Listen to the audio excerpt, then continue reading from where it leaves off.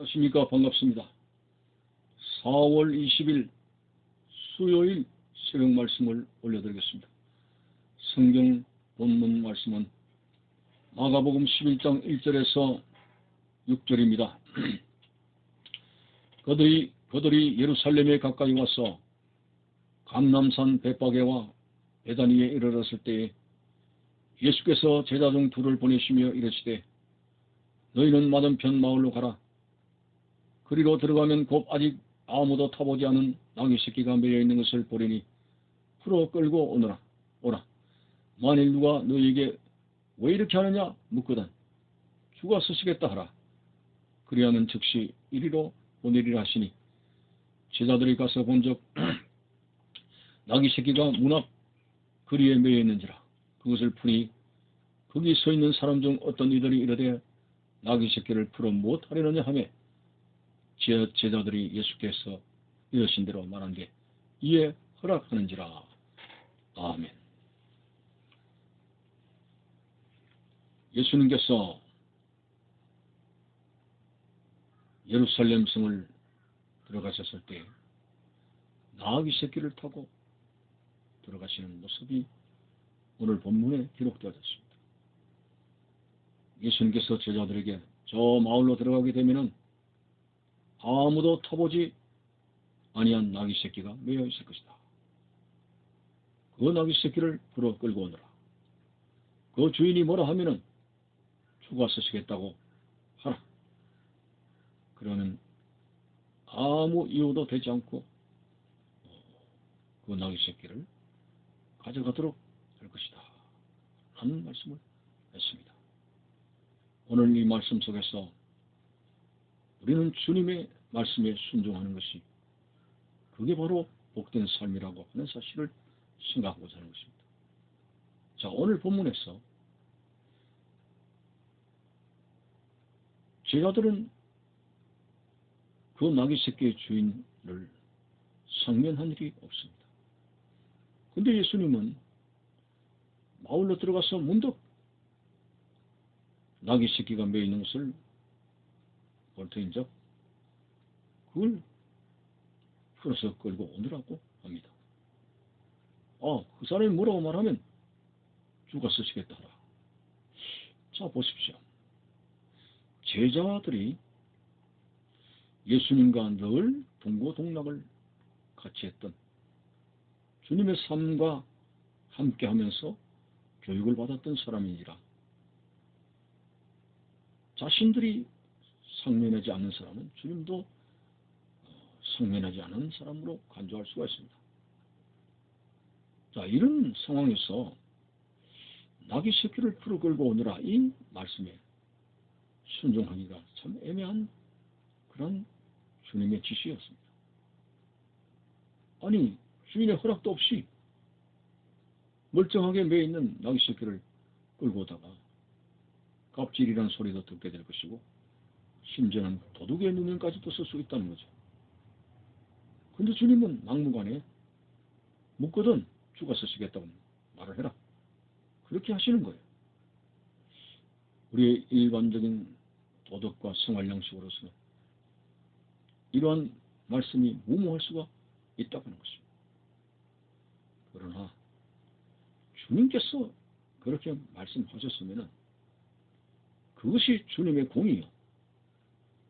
그것이 주님께서 그에게 제자들에게 하신 최고의 방편이라는 사실을 믿고 순종해야 된다는 걸 오늘 이 본문에서 우리는 배우게 됩니다. 믿고 순종하여 갈 때에 주님께서 말씀하신 대로 주가 쓰시겠다고 하니까 놀랍게도 그 사람이 나귀 새끼를 가지고 가는 것을 허락했습니다.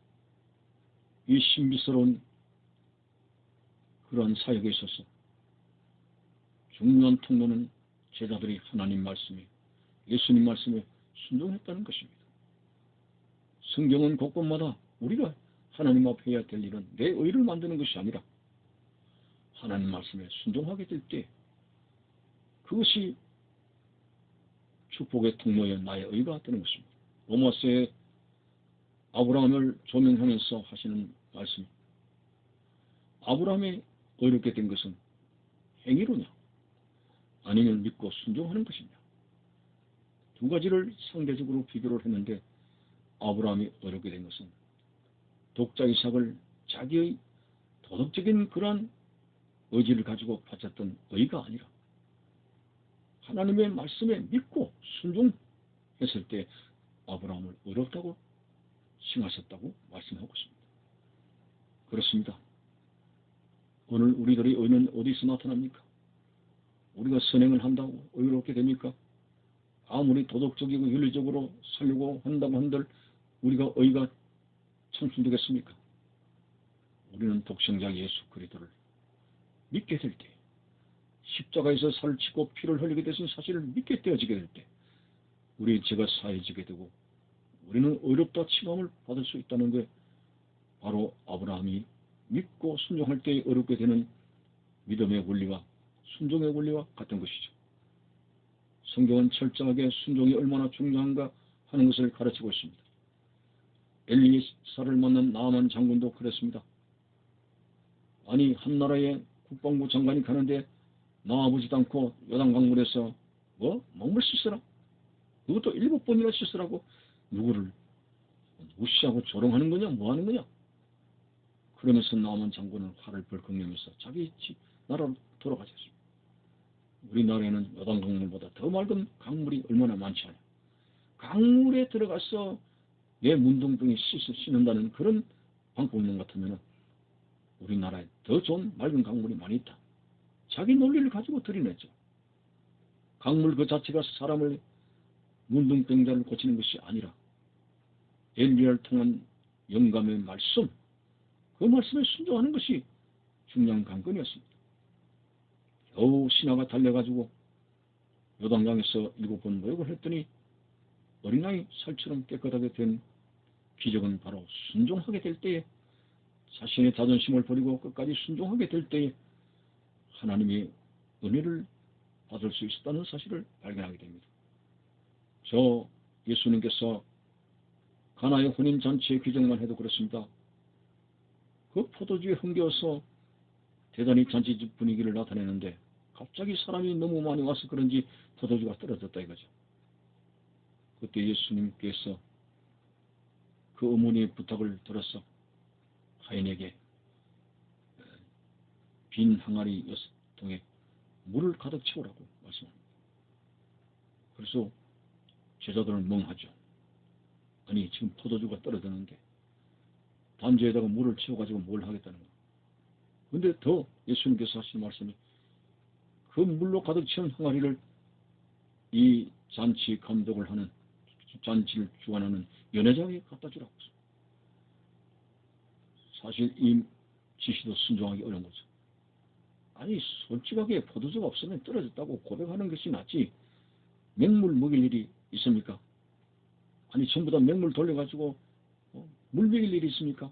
하고 그들이 따질 수가 있습니다만 어쨌든 주님의 말씀에 항아리에 물을 가득 채워가지고 연회장에 갖다 주는 그 순간에 그 물이 가장 좋은 포도주로 바뀌어졌습니다.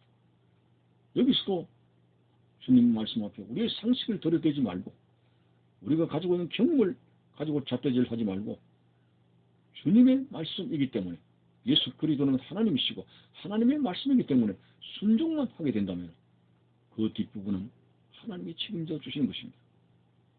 오늘 우리의 신앙생활에서 지나치게 오늘 우리의 의지가 작용하고 내 경험이 나서게 되고 내 논리가 어떻고 하는 경우들 하나님의 역사를 체험하지 못하고 영적으로 늘 빈곤한 상태 속에서 살아가는 경우가 많습니다. 요한계시록에서 1장에 보면은 말세는 어떤 사람이 복이 있는가? 하나님의 말씀을 읽는 자만 복된 것이 아니다. 말씀을 읽고 그 말씀을 듣고 지키는 자가 복이 있다. 그 말씀에 순종하여 지키는 자가 복이 있다고 말씀하셨습니다. 그래서 야고보 선생은 행함이 없는 믿음은 죽은 믿음이라고 하지 않았습니까? 오늘 온전한 믿음은 내가 믿습니다만 멈추는 것이 아니라 그 믿음대로 온전한 믿음이 되겠어. 그 믿음에 합당한 순종의 믿음을 가지게 될 때 온전한 믿음이 되어지게 되고 결심 되는 믿음이 된다는 사실 앞에서 오늘 주가 쓰시겠다 하라. 그 말씀만 믿고 순종하여 나가는 제자들에게 흉통한 길이 열리듯이 우리가 이해되지 아니하고 이 귀에는 아무 소리 안 들리고 눈에는 아무것도 보이지 않는다 할지라도 하나님의 말씀 일진데 믿고 순종하는 그리하여 열매 맺는 복의 통로가 되는 여러분들 되시기를 바라는 것입니다. 감사합니다.